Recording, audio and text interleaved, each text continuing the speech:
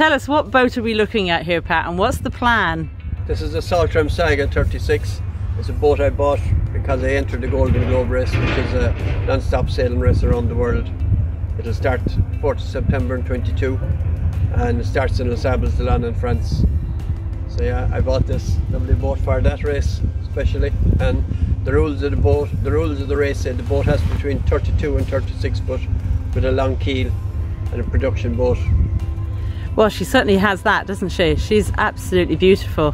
Really is stunning, and I'm looking forward, if I'm allowed, to step on board perhaps a little bit later, show everyone around. And here alongside you is the mast. The mast, yeah. This is, to me at the moment, is the elephant in the room. The boats, 5 of them sank in the last race, and what happened to them was they lost their masts. And the mast break between the bottom cross tree and the deck, and you have to strengthen the mast in there, so all the fittings will have to come off and a sleeve will have to be made specially for it to go up, and all these. So the sleeve is going inside the mast? Yeah, like a H girder, but a double H in it and a slate. And what's a double H, if you could explain that? Well, sorry. Do you know a H girder will have one piece across? Yes. This will have 2 pieces across and 2 sides which will be slightly moulded for the right shape, and it'll have to go up, take off the tabernacle in the bottom, put it up and mark all the places that have to be marked, and take it down and cut it in. But it's not rocket science, but it's a bit of work. It's a bit of work in that, and well worth doing. Like, will you be doing that yourself, or is there a tradesman that you know? I will supervise it, but I will have help. Yeah, I'll get professional marvelous people. Yeah. Marvelous. And also the T-balls here wouldn't be strong enough. Like, this mast will wind up in the water a few times during the race, and probably deep in the water. You know, the chances are maybe I'll be lucky and it won't, but you have to prepare for it. So T-balls aren't strong enough.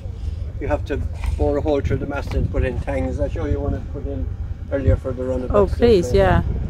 And yeah, so it's like, it's a race, and I want the boat to be as light as possible, but I won't spare on the mast. If it needs weight anywhere, it'll go, because you lose your mast, you lose. It's my float. That's it, really, isn't it? Yeah. You're going nowhere. Yeah. Goodness me. We were saying earlier about the tangs and the difference in strength. Yeah. Where you've adapted them. The T-balls is where they bore a hole and put in a fitting and rivet it on, and these will clip in and out. But the tangs is where you bore a hole through, and you have a compression bolt, and you have stainless steel things. They're the tangs that hang off it. Oh, my camera's a bit wobbly there. And they're stainless. Then this fitting here, or this plate here, is stainless, and it's riveted onto the aluminium. So there's a special barrier between it. It's a yellow kind of a mastic stuff, especially. So Pat, you've very kindly got a selection of equipment out on display to share with our audience here, and tell me a little bit about some of the bits and pieces we can see here. I'll start with the hydro generator. Interesting. A German Ocean Power is the name of it. This is fitted onto the back of the boat. I just got this during the week, and it will go up and down. You can, and there's a propeller. I have 2 that goes onto it here.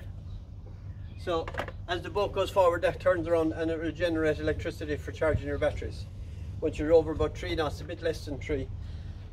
So, and how many batteries do you have on board? I'll have 2 banks, 2 batteries in each bank, and then a battery for the engine.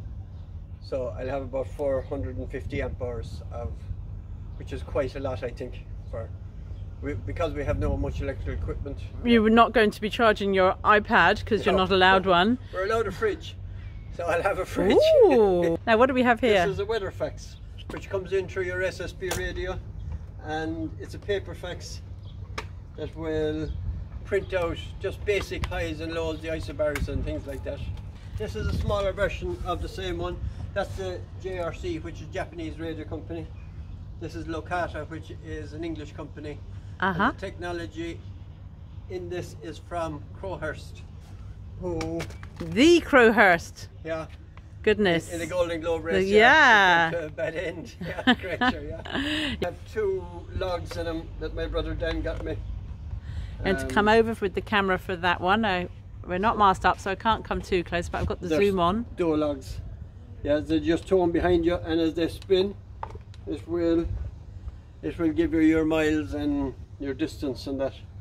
And it doesn't really show speed, but you'll know how many miles you're doing an hour after a while. So I have a Walder boom brake that Kill Loose Headers have got me. And yeah, so that's great. That will stop your boom flying over and back. Now we have a very important piece of equipment here. Yeah, this is the sextant. And yeah, it's a fantastic piece of equipment. I hadn't used one since the 70s, and it was really starting again to learn how to use it. And that's so, yeah, they're the filters. You just get the sun and get the horizon together, and you'll use filters for the sun. And it's accurate to about 2 miles, which amazed me, because when I sailed to the Azores, I was using it, and I had the GPS as well, so I could check my position with the sextant. Yes. It took me a while. In the beginning I was out 14 miles, 16 miles, but there's one little increment that I wasn't measuring as a small D in the tables that I wasn't putting in, and when I put that in I was delighted. It was all working perfectly. Well, we're on board. Thank you very much indeed. We have masks on because we're quite close to each other in this one, and it means we can have a good old look around. Now tell me, you've got carved on the wall here a number of names. I have. This is very good. In kilometre. This is a bulkhead I put in, and yeah, I have some of my sponsors up here, and more down here. People who were really kind to me. And you can alter the wind, but you can't alter the wind, but you can change your sails. First thing I noticed when I stepped on board is this PVC panel here, which perhaps isn't so visible. Tell me, what's that for?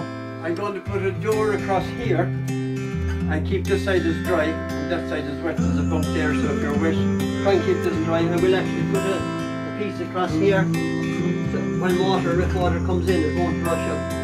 You know, the floor will be just water, but so yeah, that's my plan to the door. But one in the Southern Ocean or in extreme conditions, well, that's not sure whether I have Velcro or zip or whatever.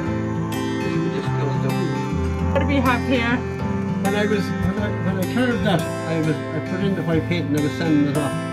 And that's an expression my father always used. It's all about survival and arrival. And I got a lovely warm feeling and rush in my shoulder from my father, I think. You know, it was just something nice. Yeah. Well, actually, because I don't believe accepted life after death, but you know, it's just something really. I thought it was my wife over my shoulder. I was out in the workshop. Oh, that was a nice feeling. Interesting. The waves will try and push you back, but once you fight through them, the entire ocean is yours. Marvelous.